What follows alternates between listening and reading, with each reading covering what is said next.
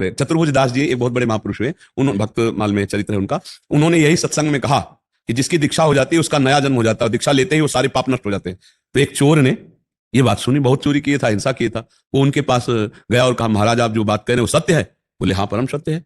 बोले मैं चोर हूं, बहुत सी चोरी की, कत्ल किया, हिंसा किया है, मैं दीक्षा ले लूंगा तो मेरा नया जन्म हो जाएगा और पूर्व सब पाप नष्ट हो जाएंगे। बोले पक्का? तो बोले मुझे दे दो। तो उसकी सत्यता देखकर प्रसन्न हो गए कि अपना परिचय दिया कि मैं चोर हूं, हिंसक हूं, दीक्षा दे।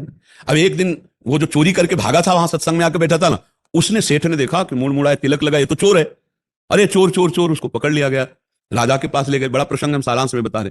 राजा ने कहा तुमने चोरी की? बोले इस जन्म में चोरी नहीं की। सेठ ने कहा इसी ने चोरी की है, कह रहा झूठ बोल रहा है कि इस जन्म में चोरी नहीं की। तो वहां एक वो दिखाया जाता था सत्य को प्रमाणित करने के लिए, तो एक जलता हुआ लोहे का फार उसके हाथ में से रखा है और 7 कदम चल दे, अगर जलेगा नहीं तो सत्य बोल रहा है।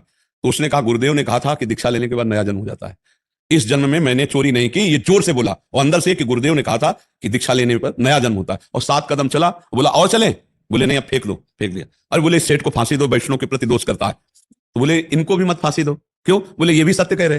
बोले ये सत्य कैसे कह रहे? बोले ये इसलिए सत्य कह रहे कि मेरी दीक्षा हुई है तो मेरा जन्म हुआ, लेकिन दीक्षा के पहले मैं चोर ही था, मैं हिंसा ही करता था, अब दीक्षा हो गई तो नया जन्म। समझो वर्तमान में यदि विश्वास हो जाए तो इसी जन्म के पूर्व का सारा पाप नष्ट हो जाता है। तो हमें वर्तमान में देखना है कि आज मुझे सत्संग मिला, आज मैं राधा राधा जप रहा हूं, अब मैं पापी थोड़ी रहा, अब तो मैं भगवान का जन्म हो गया हूं।